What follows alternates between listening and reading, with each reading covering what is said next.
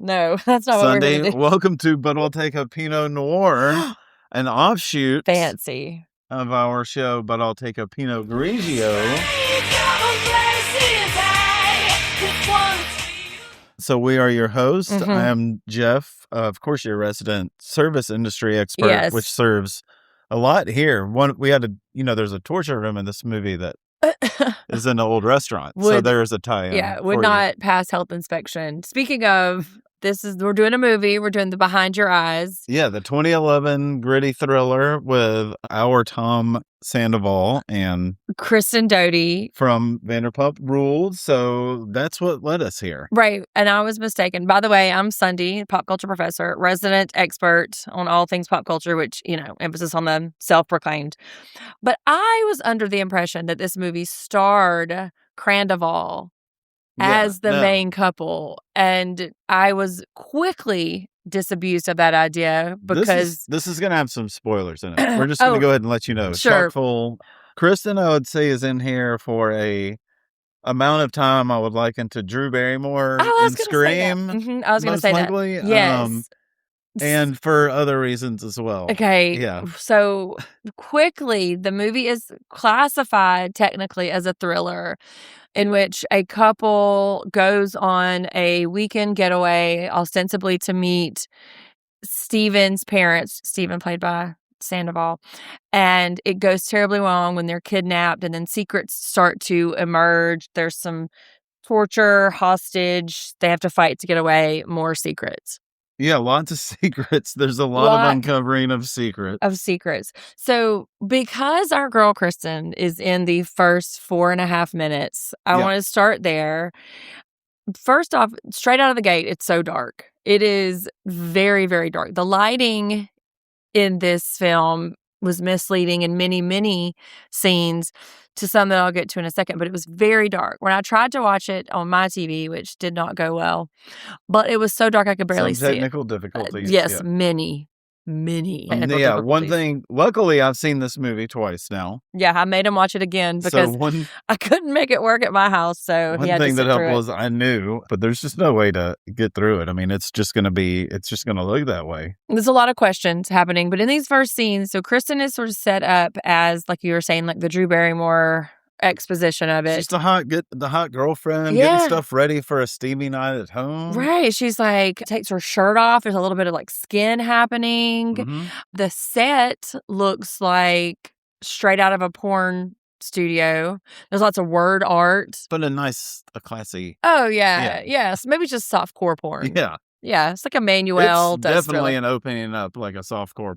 Yeah. Fun fact, which I think Brooke pointed this out, that it is directed, produced, and starred Clint Lean, the celebrity, right? Directed. Our star is also the writer. That's Daniel Fanaberia. Okay, so I'm conflating these three people because because I'm sure writer-director worked close. Yeah.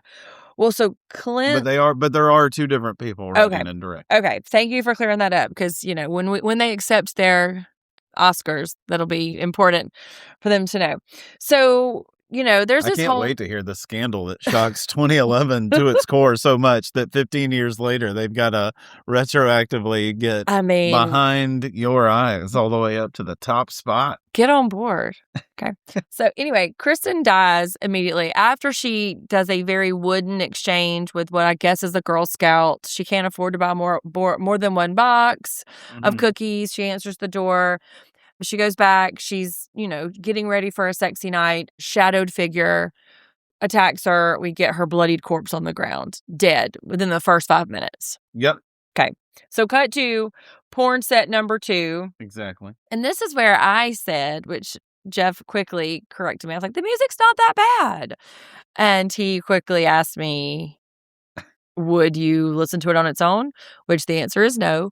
But it's fine. It's not. It's fitting. It fits in here. It's a lot like our Bravo music. Yeah. I mean, it's along those lines. Like, this is just a song you're hearing. This is music. Mm-hmm. You don't need to know who it is. Or you don't need to go purchase this. That's right. Later on. This is music is kind of the way to describe the sound. There is music happening.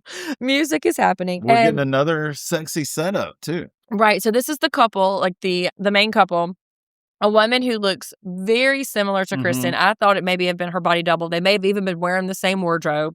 You know, times were tight. Budget was tight. And she's waiting for her boyfriend to come home. Her boyfriend being Sandoval, which his name in this movie is Steven. Steven is a broker. He comes in wearing a business suit. And it is known that he's busy and successful. Yeah, he's a money bro. Yeah. Erica's the girlfriend. Yeah. She's a chef. How do you know that? Because she had meetings about investors and getting money together. Oh, and she was chopping the restaurant. Yeah, she was chopping some carrots. That's why she had the amazing shrimp appetizer. Okay. Well, you know, there was a lot happening. I did not clock that she was a chef. I knew that there was some business venture. Yeah, there's a big restaurant opening soon. You'll have to watch it a second time. You'll get all these. I won't. So then, like, sexy time starts to creep up. Sandoval gets into the shower, which I'm going to interchangeably call him Sandoval and Steven. So bear with me. Tom more than it is Steven. But he comes out of the shower and we almost get a little glimpse of Sandoval's peen. Yeah. A little bit there. Close. It was really close there. But the acting here, I'm just going to tell you, y'all. As you can imagine, the acting's fairly stiff. Sandoval's doing a lot of eyebrow work. The female character, Erica, is in and out of accents. Sometimes it's Eastern European, Russian. Sometimes it's Canadian. Sometimes it like dips into Southern a little. It's very confusing. I do not believe that her English was her first language.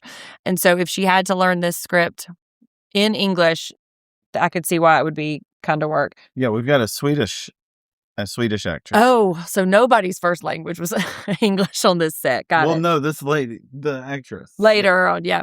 And then also there's a lot of motion sickness, a lot of shaky camera work that's happening. Cloverfield 8, is that you? You know, it's letting you know you're off. Things are off kilter. Right. I'm very sensitive to that though. Like I get motion sick very easy. So it's like you're on a boat for sure. Yeah, and that coupled with the swings they take at lighting and camera angles, it's a real choice. Those things can really cumulatively add up to kind of a headache watching it. It stabilizes a little bit and then it gets right back, but they're not great actors. Sandoval's not terrible. No, he's not terrible. He's getting the point across. He's nervous to go see his dad, a big tough guy. Yeah, they haven't seen each other in 8 years as it comes out. They go right from that to sex. Yeah, which is a great. Sort of, though. Did they get all the way through it on this one? This time, yeah. Okay. But the writing is such that it's literally like a bunch of cliches and idioms just strung together. It's like, oh, that's the $64,000 question. And we're just speeding you along. Yeah. I mean, it's just it's a ton of very, very wooden phrases. And it does not seem like it's written by somebody who is under 60 years old. There's some phrasing that's happening, and like anybody, even $64,000 question is before our time. Yeah, we find out the next day about Katie, which is Kristen's name, which is very funny to me. Yes, so that's also confusing though. It's Katie Kristen. It's only confusing if you're going to this from VPR, but why would you be watching this if you're not coming to this from VPR? I think we're literally like the 4 people who watched it. Me, you, and Brooke, and like Sandoval's mom. The coverage on the news is talking about dead Kristen. And she's like, why do they just keep dating psychopaths? Because those women should know. Victim blaming. Yeah, exactly. Like, you know, get better, ladies, you know. And he, that's his response. Well, that's the $64,000 question. Like, no one's saying that. And so they decide to take a weekend getaway to see his dad. He is ostensibly very nervous because he has not seen his dad in a really long time. And she is doing the best to like assuage his fears. She's doing some weird handwork that is very distracting. It's almost like she doesn't know what to do, so they float in frame sometimes. They float out of frame. That's also a Swedish move. Oh, okay. Well, that's very xenophobic of me to be distracted by her hands. But so they get in the car and they're driving, and I don't know, did we understand where the location is? Like far. They drive far in the Land Cruiser. So they're going to visit their dad in Far. He's worried. Mm-hmm. Tom's very worried. Yes. Like she's, really taking care of his emotions. And I then think Tom can do pensive yeah, very well. Well, I just wrote Tom's brooding is brooding. Yeah. Because he's very broody, and there's some real rough editing. Fill in the gap for me, though. Matt Dillon to get into this. Okay, because current references only. Let's do it for Johnny. So fill in the gap for me. How they got from the car to the kidnap destination. Well, Tom's got to take a leak. Deserted gas station. So he gets out of the car. Oh, the deserted gas station that I thought was on AstroTurf. Correct, but it's the green lighting. It's just the lighting, folks. Yeah. At first, Kristen was even looking like one of our Mormon wives. She kind of had the green look on her face. It's the lighting. Yeah, the lighting was tough. And if he had not told me, I was like, what? They couldn't afford a real gas station? Why are they getting AstroTurf? And anyway. Tom comes back to the car and then boom. Yeah. Yeah, we got a guy. He's kidnapping them both. I don't know where he came from, where his car is, and they're in the car, mad, scared. They're out of there, and then all of a sudden we're at cabin in the woods. Yes, and this is where the effects start to really wear on the validity of the scene. So they are in the cabin, and then he breaks out a camera. He's torturing them. There's a slap that feels almost real. I think it's. I would say, yeah. There's some cuts that happen where we're literally looking at the screen and watching the edits be put together. He's threatening them. He makes her dance, monkey, and he's threatening with a box cutter. The box cutter comes out, and I really mention that not because, that's kind of unique for the bad guy to be carrying the box cutter as his main weapon, but it's like another character in the movie. The box cutter really becomes its own entity in this. I mean, it is used heavily throughout. And it's really important to note, this will become important later as the movie winds up, but it's really important to note that he is absolutely antagonizing her and terrorizing her. Yes. He makes her strip down. He cuts her bra strap with his box cutter. He's making her dance seductively, trying to, but he has feedback. He's like, you know what I want. He makes her beat up her boyfriend. Yeah, as he's extending the box cutter now. Like it's already a second scene for the box cutter, which is great because, people are tied up. You release them with the box cutter. You can threaten them with a box cutter. If you're a serial killer with a chainsaw, you can't do anything practical. Or you got to put that down and then get the box cutter. I'm just saying, this guy's... The box cutter's a more elegant solution to mayhem, but inherently scary too. Right? It's just something subtly scary about a box cutter. Also, Tom's tied to an actual tree. This is indoors. In the cabin. In the cabin, there's a tree, growing through. Well, it's nature. Yeah. So he makes them hit each other, and there's one scene where it looks like Tom's nose is leaking red Cairo syrup, and Erica goes to wipe it to nurture him and feel sorry for him. She misses the whole thing, doesn't even wipe it. It's very wooden and very robotic. Yeah, we're ending the first night around them. That's what it's the end of the first night because our guy's first Jack Daniels bottle is gone. Oh, that's right. He's a heavy drinker. Heavy drinker. So time to chill out and have a joint while the two of them are, Yeah, so getting their wounds almost. Right. But then there's this scene where he's whipping Sandoval with a belt. And then we get this flashback to Kristen. And so now they're establishing that did he or did he not kill Kristen? The kidnapper. Did he kill Kristen? Did he not kill Kristen? And then, of course, they need to escape. Yeah. Right.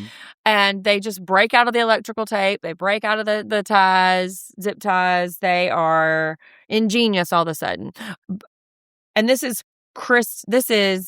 Erica and Sandoval who are escaping now, trying to leave this particular abandoned cabin. Which, luckily he's into bottle number 2 already, ready to go. So he's got supplies. And so shots ring out as they're leaving the cabin, and Jeff utters, because remember, this is the second time saying it, he says, oh boy. Because apparently he understood what was about to happen. And they come up upon another cabin in the woods. Yeah, I mean, there's some advantages, some disadvantage to having seen it, because when you look up and you know what all's left and you see that they're like 25 minutes in. But also, too, fill in the blank, too, because it wasn't Erica and Sandoval that arrive at the second location. Just her. Just her. Yeah. So something happens with Tom. He gets shot. I guess the shots ring out. There was a shot. Yeah. And he gets down. So she arrives at a cabin. I would like for you to talk about the experience of the cabin. Well, she's knocking on the door. You know, you find a cabin in the woods. Here you go. Cabin in the woods. A lady answers. Mm-hmm. Also, language is a little up and down with this one, but she's concerned at first, wants her to come in. I'd say, you know, if you see a cabin in the woods, this is the woman that answers. You're like, oh yeah, right. This is who's going to answer this. This is exactly what she looks like. Immediate red flags, because she's like, oh my God, call the police. Ah, and this lady is like, calm your soul. Let me get you some tea. Motherfucker, I don't want any tea. Call the police. I'm obviously distraught. Well, no, sit by the fire. Using my air quotes, calls the cops, and she talks to like Betty. Yes. Down at dispatch. That's right. She's like, Marsha, just direct line. Send Bert down here, which, you know, we know to be false then. And then we get Father. Yeah, man, this creepy guy just pops in wanting to know how long it's been since Erica ate. That's like his first big question. Right. And not to disrespect Rob Zombie in any way, but it is giving like House of a Thousand Corpses vibes too. I think that's probably what they're going for. That's a big compliment. I know, but I imagine that probably went into the construction of this scene and the construction of this dynamic. Mm-hmm. This lady and there's obviously some religious stuff happening too. Then this guy that is like looming over both of them. I think that there is, you know, inspired by, and there's some accents happening. The father, I think his day is pretty consistent, but the mother, the old lady, is floating in and out. Sometimes she's Southern. Sometimes she's Swedish. Sometimes, you know, she's just mid-Atlantic. So, you know, but and the movie does this thing too, where anytime that there is an existence of like violence or a flashback to violence, is like a strobe effect, like the quick jump. There's a strobe effect, so you understand that there is something terrible that is happening then or has happened in the past that they're remembering. As well as, you know, they have all these lines along the way that just continue to establish, you know, where you are. Like, she's asking where the cops are, and mom comes out with another gem of like, it's a long way up the mountain, you know. So we know they're in the mountains. All right. That's established. Yeah, and you're like, they're not coming. When she tells you it's a long way, it's like, oh, they're not coming. So at some point, while she's there petitioning them to call the authorities, the kidnapper, and I've been calling him Clint, for whatever reasons, for reasons. Clint shows up, right? Doesn't he arrive at the second location? Mark is his name. Well, that's very confusing because I've been calling him Clint this whole time. But Mark arrives. He's there. Yeah, he's there. Yeah. And so now we're supposed to understand, or supposed to like think that, are they collaborating together as he's in cahoots with these crazies? What's happening? And that's immediately what Erica thinks. She's like, oh my gosh. But now, quickly, we understand that, no, they're not in cahoots because now they're both hostages. Yeah.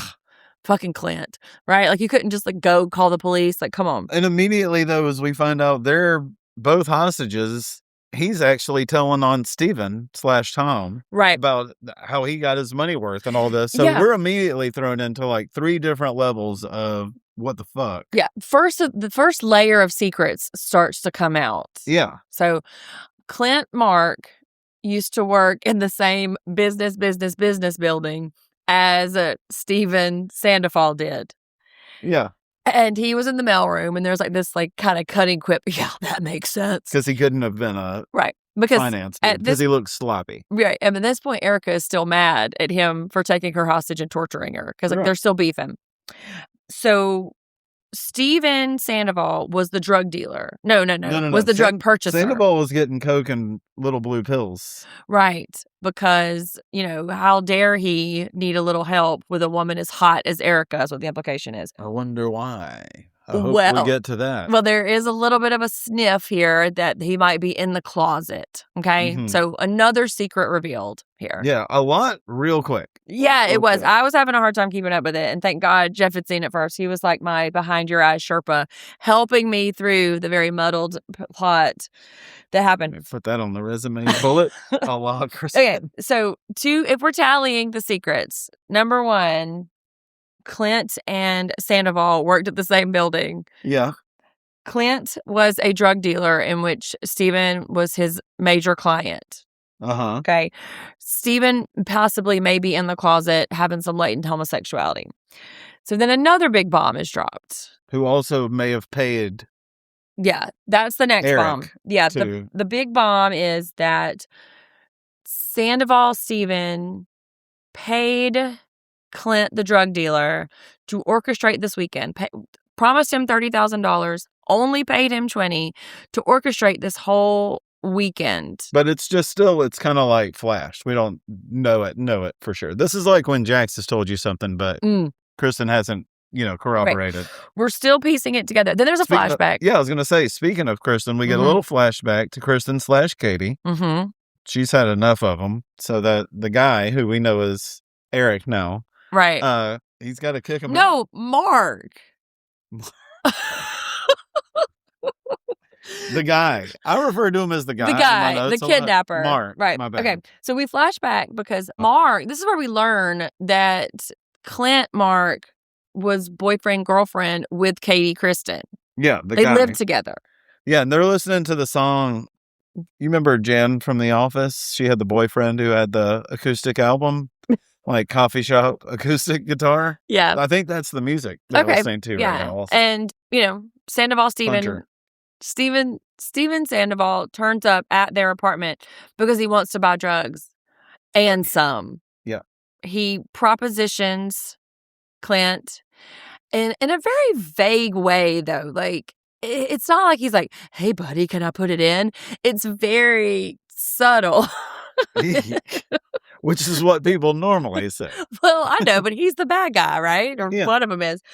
But then Clint Mark rebuffs him. And then we get a little bit of insight because Katie Kristen is like, yeah, I don't like the way he looks at you. So there we are. Stephen is a closeted gay man who may or may not have a drug problem. Right? So there's all that's established. Well, Stephen takes a liking to Clint Mark. Mm-hmm. And even though he rebuffs him, starts stalking him a little, low key. Yeah. Showing up where he is. And, kind of just insinuating in his life because he does, in fact, want to put it in. Yeah. Very much so. And so now we're back to He's got a lot of wants. Yeah. Now we're back to the older couple's cabin, and it is established that they love Jesus, but like in a really scary way. And, Yeah, they're asking, like, who are you people, all this? And the mom's like, are you a friend of the Dark One? Because she only speaks of these, like, weird roles. That's right. She said, are you a friend of the Dark One? Oh, you just jumped like you were a friend of the Dark One. And I'm writing stuff like, okay, they're a weird religious couple. Sure. Yeah. Here we go. There's another thing. Yeah, it's another layer of it. Immediately. And also, too, the writing is such that so when we're talking, so that the creepy religious dad is talking to her originally, and he says something about, like, have you known people or take him or something, and then all this language, like, sleep with your boyfriend, right? But then later when we sort of like flashback, it comes out that the creepy old dad is dun dun dun Steve and Isaiah's dad. Yes. This kind of comes back in flashbacks. And there was a previous incident in which there was a young brunette woman, which he later confirms that creepy old dad likes brunette women. And the language is, hey, do you want... There's a scene where he's set up... I know, I'm having a hard time. There's a scene where Steven Sandoval and his dad have this woman kind of prone, and I think that he wants him to like rape her, but really he's saying, "Oh yeah, that's kill her." But he's like, take her. He's saying mother's trying to talk about Stephen, and because she's saying, he's good. The father says he's not going to have the strength, so then We get them together. Yeah, and he's got her begging, and he's saying to kill her. Right. Because it's going to cleanse your soul. Then it's, take her. Right. But I made a note. Take her means to kill her. Right now it does. And then later, know her means to fuck her. Right. So that is... But then he says take her, meaning that also. Right. While she's like half dead. So it's like some semi-necro situation. Yeah, so some real concise writing here. It's really revealing some things. And by the way, our Mark guy, still there. Oh, yeah, that's right. And then I even wrote, too, like, why is he mad at Erica? Like, that comes out later, I guess. But, like, why is Steven trying to, like, do this whole thing to his girlfriend? Like, what's she ever done to you? He's got to stand up for Dad. Well, later. To Dad. Well, that's later. What it is right here. He said it was, like, as an offering to them. But then Steven gives this weird idea about how he originally sought out to punish the Jezebels, but it wasn't the Jezebels that were his calling. It was the rogues and the cads of the world. The guys. What person under 75 is using rogues and cads? And I think in this instance, rogues and cads is probably a euphemism for homosexuals. Yeah, but honestly, if you told me mustachioed Tom Sandoval in like 2012 worked at a place called Rogues and Cads, I'd be like, yeah, actually, you and your chain wallets hang out there quite a bit, I bet. That's a great name for a bar, though. I'm just saying. Yeah, this is going to get a third watch. Who knows? Okay. Yeah, he's standing up to the dad in like a big way right now. A big, right. I'm going to tell you off, Daddy. But also, his original name is Isaiah, so he is Sandoval Stephen Isaiah now. Just Stephen Isaiah. Yeah. And Carpenter, remember. So we got Isaiah, religious name, and their last name is Carpenter. Oh, their last name is Carpenter. You said Carpenter while we were watching, and I was like, oh. Yeah, these are the Carpenters. Okay, well. This is the Carpenter family. You know who else was a carpenter? No, Jesus? Yep. I mean, they pile it on. Listen, we need to leave Jesus out of this. Like, Jesus wants nothing to do with any of this. This is exactly what he was wanting. So then there's this, I don't know, story about, or this like series of dialogue where Stephen Isaiah Sandoval is sort of like meditating on his particular proclivities about like being gay. It's like, it's not a choice. Yeah, and he's want to build something together with the dad. Like now they're back. Like they don't have to clash. Let's do something together because the dad has this huge legacy. He's been killing people up here for years, cleansing their souls. He's got, like 63 people. But he cannot continue the legacy with his gay son. That's what he's there to say, to stand up and say, we can do this together. Oh, he's saying, despite my gayness, I can still be a murderer. Yes, they can, divide and conquer, so to speak. I need you to understand that Jeff and I are dumping all of this on post-watch. The movie does not reveal any of this. We are absolutely sussing it out. They're worn out, too, and that's why Daddy needs his quiet time, as he calls it. Father has to go to his quiet time. That's right. And while Daddy is quiet time laying down, Clint decides he wants to live. And he wants to live. Yeah, he wants to get loose, so he does. And the MacGyvers get loose. He just kind of shimmy. They wiggle that electrical tape, just busts right out. What have you been doing? Living on crackers and Jack Daniels? I'm ready to go. He was like, let's do it. And there's this whole like scene where they help each other get out, and poof, now they're buds. Erica's captor, who made her dance naked and cut her bra off with a box cutter and made her torture her boyfriend, is now her best bud. Yeah, they're in it together. They're in it together. And, all's well, ends well. They're sneaking out. The water under the bridge. So to speak. Yeah. But then there's this real weird scene where the old lady is flogging Daddy. Uh-huh. And, for religion. And they're sneaking out. There's this whole scene where like they're peeking out the curtain and Sandoval, Stephen Isaiah is pacing. Yeah. Oh, yeah. He's walking around doing his yay spray while Mom and Dad are getting... Probably Coke, because it was his drugs of choice were Coke and Viagra. Yay spray. Yeah. I don't know that phrase. Well, you get a spray bottle, you have a little mixture with your cocaine in there, and you just have it like you're... Allegedly. Yeah. So you've heard. I looked it up on the internet. So you've heard. So new vocab, the yay spray. And he's walking around talking to himself just like any cartoon villain does. Yep. And when they try to make a break for it, Mommy... Yeah, we're in the kitchen now. Stops them. And Erica sees an opportunity and slings a pot to her face. Well, it's not just the pot. Yes, she's undid my hot beans. Yeah. She tosses her hot beans. It's the hot beans that is the victor. Semi-Al Green situation. And then Clint returns. Instead of going down the mountain and finding help and seeking refuge, he returns to his first location where he puts on a leather jacket with no shirt on. Well, he had to take his shirt off to wrap it around his injury. Because he was shot? Stabbed? Yeah. Y'all, this movie is so confusing. Okay, so then he opens up the camcorder that he has been filming his torture on, and there is footage of a dead Kristen Katie. Exactly. Which is confusing because I'm like, oh my God, he killed her and he filmed it. Why are they being friends with him? Meanwhile, he can leave right now. Right, but he doesn't. He does not leave. Yeah. Instead, Stephen Isaiah shows up and... Meanwhile, the guy with the leather jacket, no shirt, that's the gay guy. Well, yes, because obviously. But then a monologue is launched that would rival any Shakespearean company.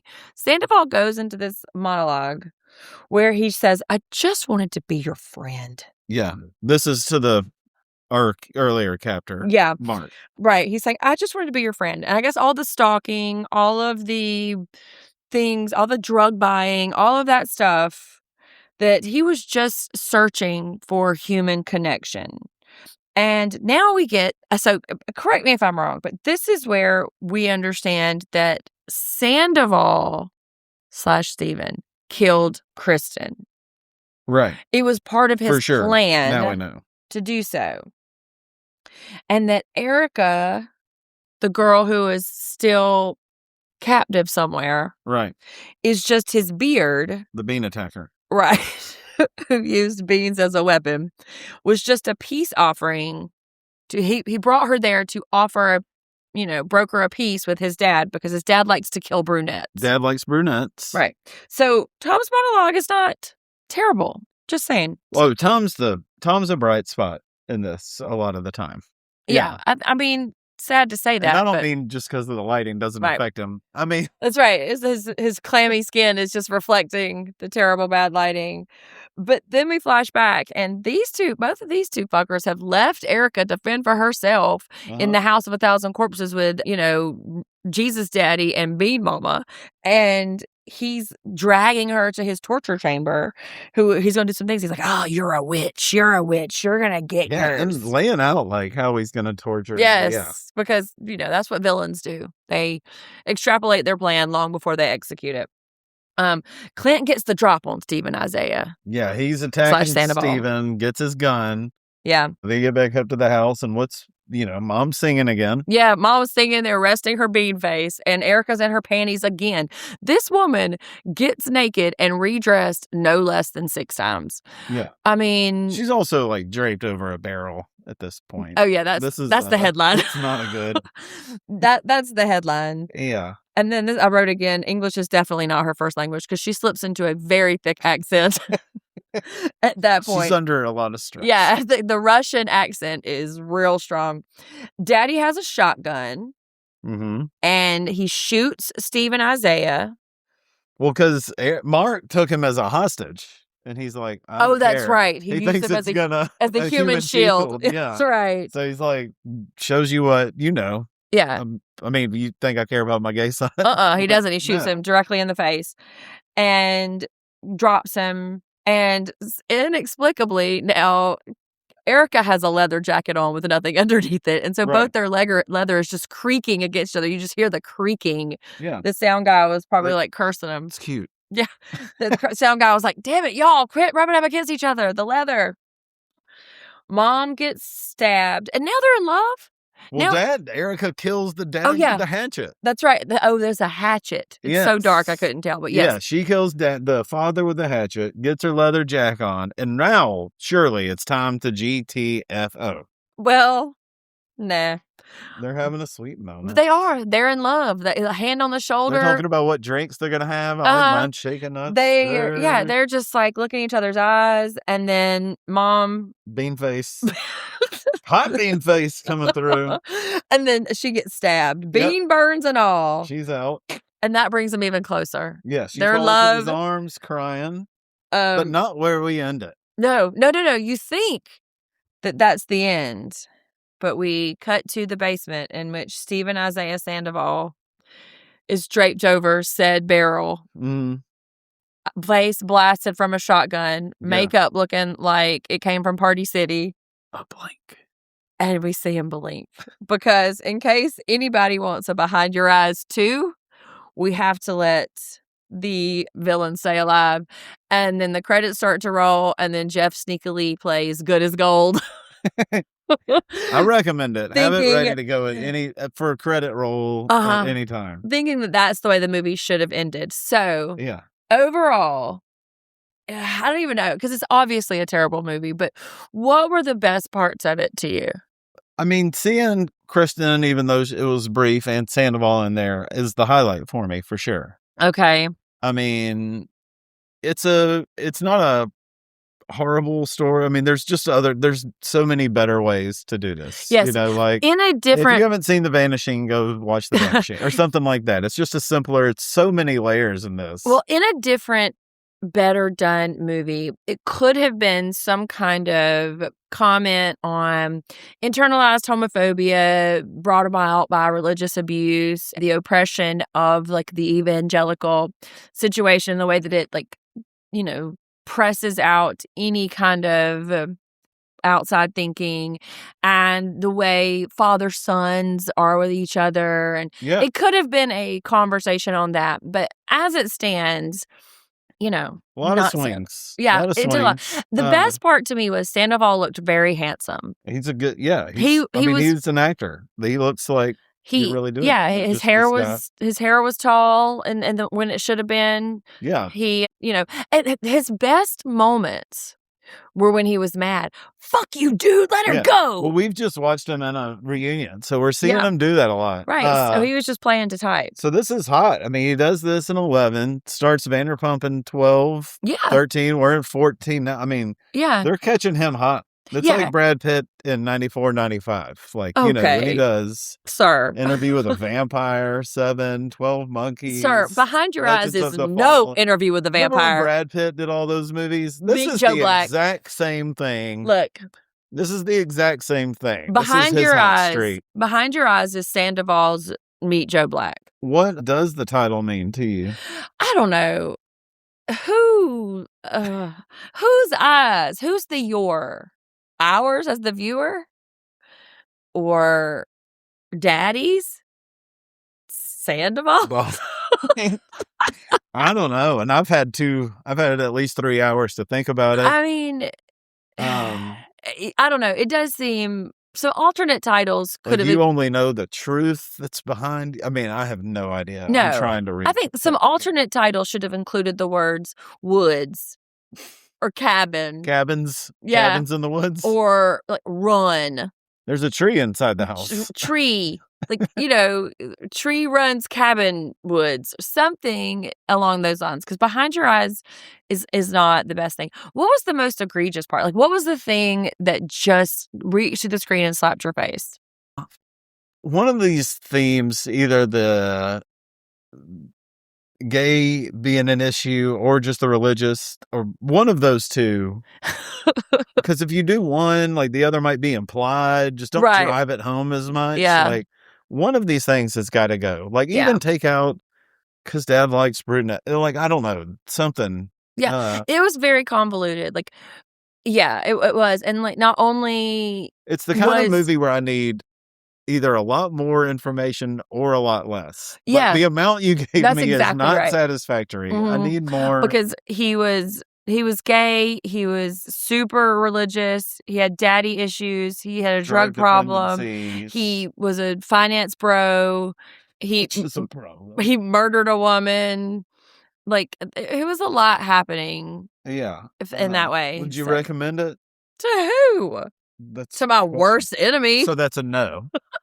But if somebody's going through like Vanderpump Canon, do you even in that situation? I mean, they could have it on in the background while they do other things. It would be like that situation in Waco when they were playing the rabbits screaming.